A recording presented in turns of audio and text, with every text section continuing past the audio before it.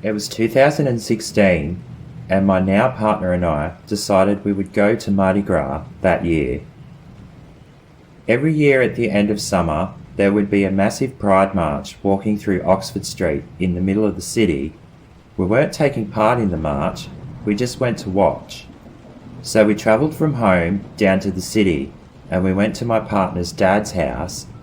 We had planned to stay there the night, as they didn't live too far away from the parade. After we went to my partner's dad's house, we walked into that part of the city where the parade was.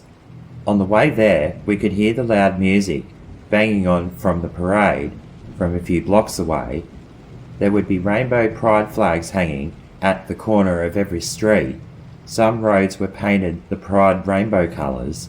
There would be artwork on different walls on the side of buildings and all kinds of pride stuff everywhere.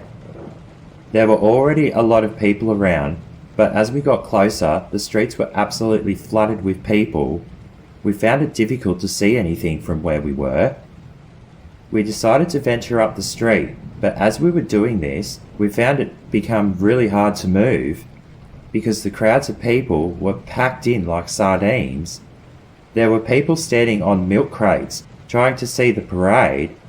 If you were at the front of the footpath, on the barrier, you would probably be squished. Although no matter where you were at this point, you were going to get squished. People started pushing through the crowds, forcing people to move. It got to the point that people were underneath us, near our legs, getting trampled on. We were both afraid this was going to happen to us. My partner told me to grab his hand, and he pulled me forward towards him. As he was leading the way, I could hear people crying, and I could hear muffled screaming as screams couldn't be heard over the crowd.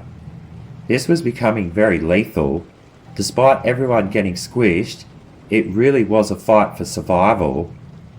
Somehow, some way, we managed to get out of the crowd and got forced onto a back street. After what had just happened, my partner and I were going to give up on watching the parade. We were both thankfully okay though, and we walked around to another street to try again, and then another, down the other end, but it was just as packed wherever we went. My partner and I decided not to stick around and to go do our own thing. It was quite sad that we didn't get to enjoy Mardi Gras, but it wasn't the end of the world. We got back to my partner's dad's house and told him what had happened. He wasn't at all surprised, but he was glad we got back in one piece.